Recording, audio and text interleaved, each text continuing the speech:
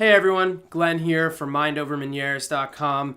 So I've had to make a lot of really difficult changes in my life recently after a very challenging couple of months. My work-life balance had gone out the window.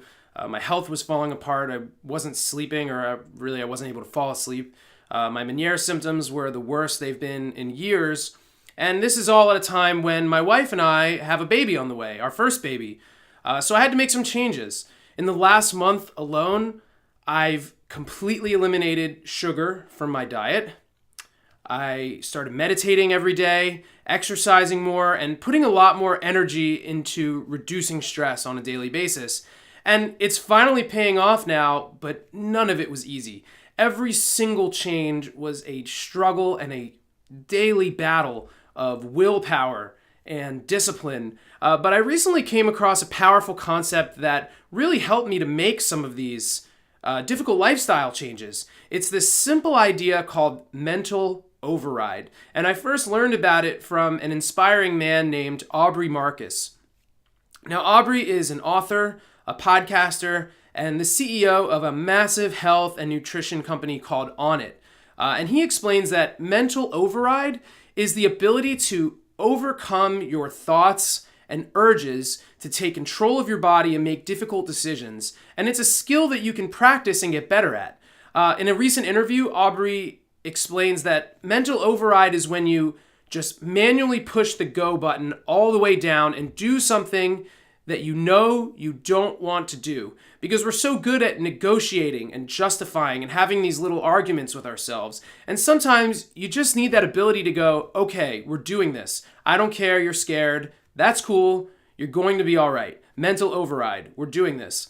And as simple as this concept is, I love the image of mental override as a button that you can push down with your mind. Because in every difficult situation, you always have a choice. The right choice might be insanely hard to make for any number of reasons, but you always still have a choice. And I think I like this idea so much because when you live with a chronic illness, a lot of the choices you have to make are difficult.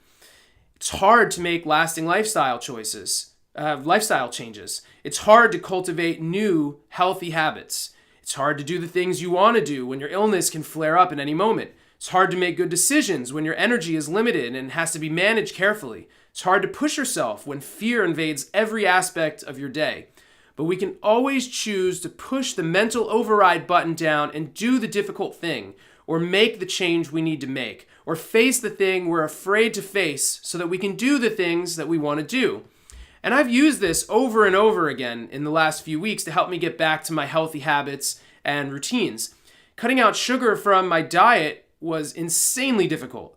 And I started this new diet just before going on 2 back-to-back vacations with my family. It would have been so easy to just give up the diet while I was away, but I pushed the button down over and over again, and I made it through those challenging moments. And I did this with exercise and meditation too. I just kept pushing the button down until I didn't have to anymore, and those had become a practice again and part of my daily routine. This idea of mental override helps me to remember that I am making choices. And I'm not just living at the whim of my impulses. And after a few weeks of practicing this, it's already getting easier to push that button down when I need it. So I hope you guys like this idea as much as I do and are willing to give it a try. But that's all for me for today. I hope you have a great day, everyone. Thanks.